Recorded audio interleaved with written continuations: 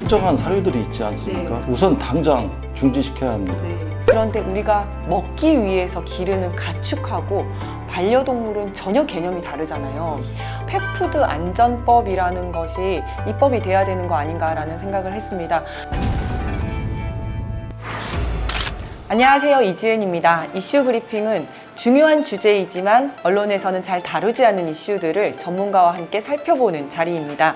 오늘은 그 첫 번째 시간인데요. 오늘의 주제는 원인 불명의 고양이 질환 사료입니다.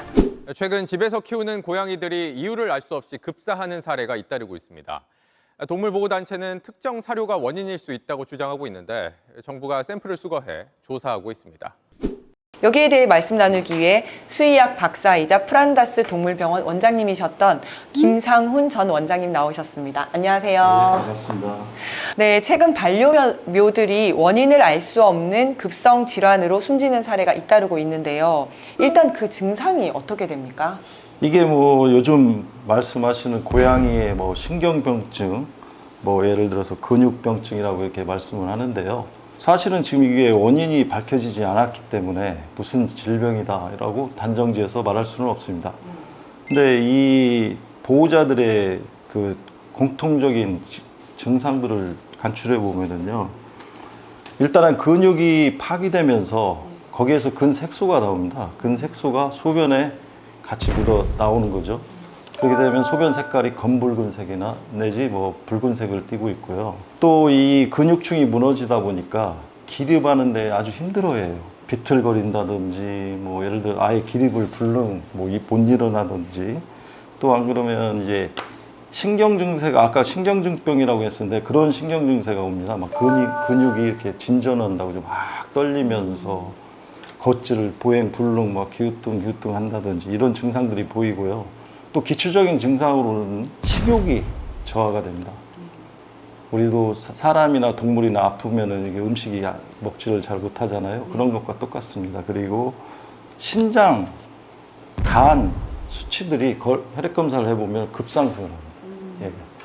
그래가지고 여러 가지 장기들이 부전 현상이 일어납니다. 그래서 심지어는 2, 3일 만에 잘못되는 일들도 지금 다발적으로 발생하고 있습니다. 네, 지금 동물보호단체에서는 특정 사료를 원인으로 지목을 하고 있습니다. 실제 사료 때문에 이런 증상이 발생할 수도 있나요? 예, 맞습니다. 과거에 2003년에서 4년도에 그 외국계 회사인 마스에서 페디그리라는 강아지 사료를 네. 보급한 적이 있습니다. 그때 일정 기간 동안 강아지들이 그 사료를 먹고 갑자기 신부전에 걸려서 줄줄이 폐사하는 그런 경우가 있었습니다. 유명 회사에서 나온 개 사료를 먹고 강아지 수십 마리가 한꺼번에 죽는 일이 발생했습니다. 곰팡이 핀 사료가 문제였습니다. 보관하고 유통하는 데에서 불량한 환경 때문에 곰팡이가 발생했던 겁니다. 그래서 그걸로 인해서 그 많은 강아지들이 잘못된 일이 있었습니다. 이번 경우에도 보면 그거와 좀 흡사하다. 이 먹는 사료에서 같이 기인되는 거지 않겠습니까? 지금 보면은. 그래서 그 사료와 같은 그런 공통된 원인이 있다. 이렇게 보고요. 이 사료에서 이제 그 독성이라는 게 조금만 유입이 돼도 계속 점차적으로 먹다 보면 이 수치가 쌓이게 됩니다. 그래서 한계치가 되다 보면 강아지가 급성으로 이런 증상들이 발생하는 겁니다. 예를 들어서 기립을 못하든지 뭐 구토를 한다든지 설사를 한다든지 그렇게 돼서 잘못되는 경우가 있거든요. 현재 농림축산식품부에서는 원인으로 지목된 사료들에 대해서 조사를 진행 중에 있는데요. 조사가 의뢰된 30여 건의 사료 중에서 3건에 대해서 검사를 한 결과 현재까지는 유해물질, 바이러스, 기생충 검사 결과 모두 문제가 없는 것으로 나왔다고 합니다. 그런데 원장님 말씀을 들어보니까 그 사료뿐만 아니라 사료를 보관했던 장소에 대해서도 좀 조사가 필요하다는 생각이 드네요. 그래도 완전한 결과가 나올 때까지 반려묘 보호자들은 불안해할 수밖에 없는데요. 그렇다면 그 보호자 입장에서는 어떻게 해야 될까요? 피해를 입은 보호자들이 뭐 지정한 특정한 사료들이 있지 않습니까? 네. 그런 사료들을 지금 먹이고 계신다면 우선 당장 중지시켜야 합니다.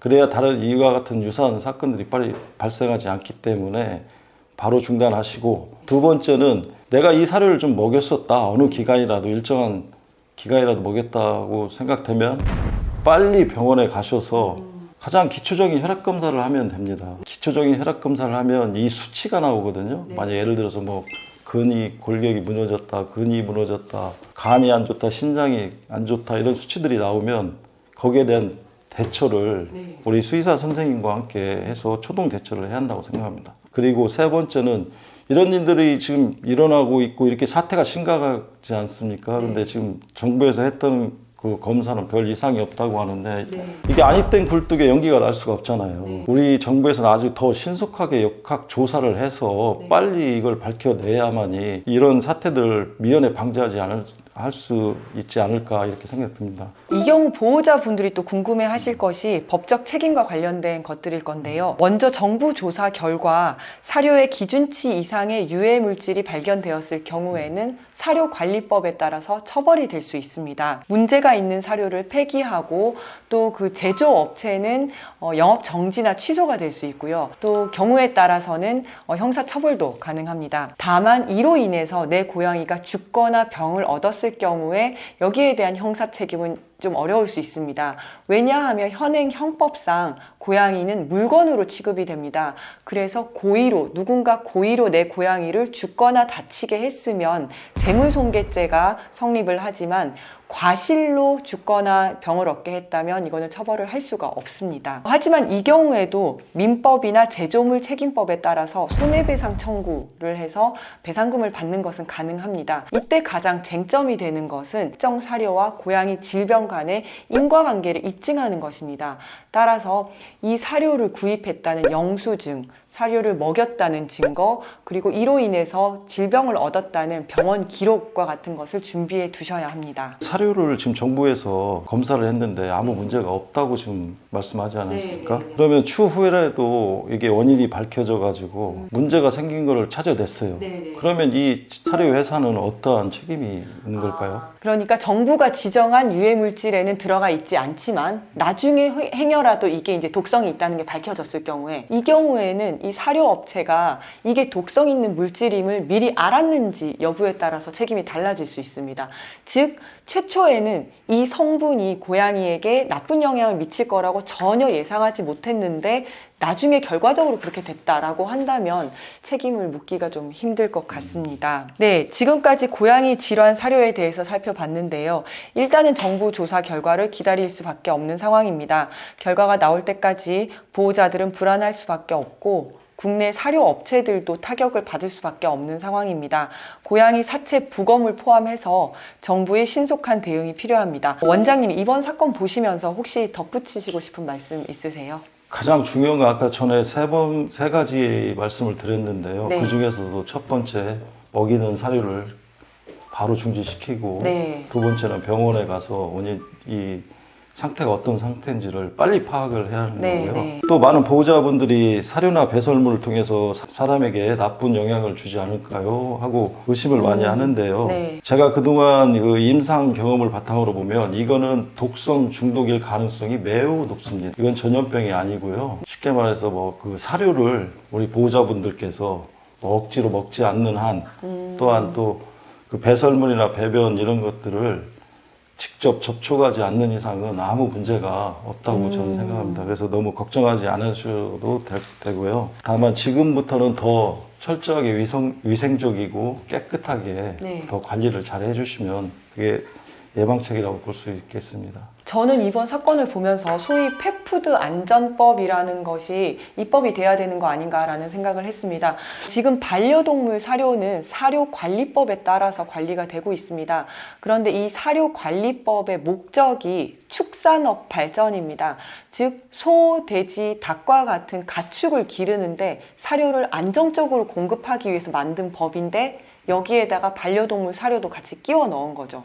그런데 우리가 먹기 위해서 기르는 가축하고 반려동물은 전혀 개념이 다르잖아요. 반려동물은 이제 우리의 식구 개념이고 반려동물의 사료는 음식의 개념이잖아요. 일본에서는 2008년도에 펫푸드 안전법이라는 게 생겨서 펫푸드를 더 엄격하게 관리하고 있고 펫푸드 사업을 육성하는 데 그 목적을 두고 있습니다. 우리도 반려동물에 대한 인식이 바뀐 만큼 법도 이제 개선이 되어야지 더 이상 이런 일이 벌어지지 않을 것이라고 생각을 하고요. 또 그 펫푸드 바깥에 이제 포장지에도 광고가 굉장히 많은데 이제는 광고보다는 이렇게 이상 증상 시에 어떻게 대처할 수 있는지 이런 실질적인 방안들이 좀 기재가 되어야 되는 거 아닌가라는 생각을 했습니다. 네, 오늘 이슈 브리핑 여기까지 하고요. 동물 보호 그리고 생명과 관련된 이슈들은 저희가 계속 지켜보도록 하겠습니다. 감사합니다. 감사합니다. 현재 사단법인 묘연에서는 관련 제보를 수집하고 있습니다. 유사한 피해를 겪었거나 겪고 계신 분은 해당 사태의 전수조사를 통해 조속한 원인 규명과 조치가 이루어질 수 있도록 묘연으로 제보를 부탁드리겠습니다.